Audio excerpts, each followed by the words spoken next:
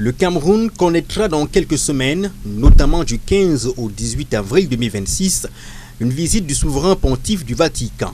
Lorsque le pape arrive dans un pays, il est comme, d'ailleurs, il est le représentant de l'État du Vatican et il ne se limite pas à rencontrer les ministres, il rencontre le président de la République du pays où il arrive. Donc, il est une personnalité sur laquelle la société civile peut s'appuyer, les autres acteurs peuvent s'appuyer pour passer leur message.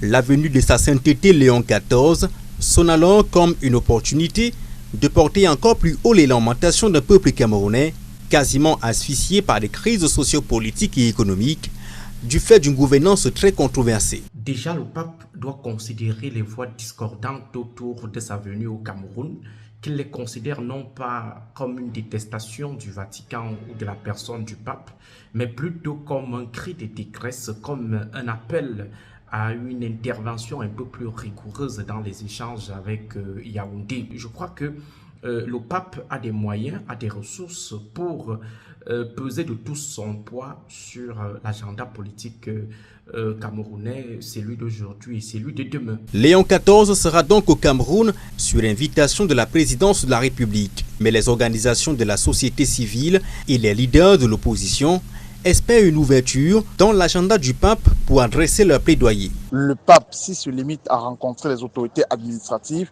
il peut avoir une mauvaise photographie ou une photographie approximative de la situation réelle qui sévit dans notre pays. Le pape devra faire les efforts de mettre en déroute ce que certains acteurs de l'opposition, de la société civile, pensent de la relation entre le Vatican et Yaoundé. Qu'on ait une visite qui sorte de la path dependency, donc des sentiers battus, afin de redonner une autre image de la relation ou de la coopération entre Yaoundé et Rome.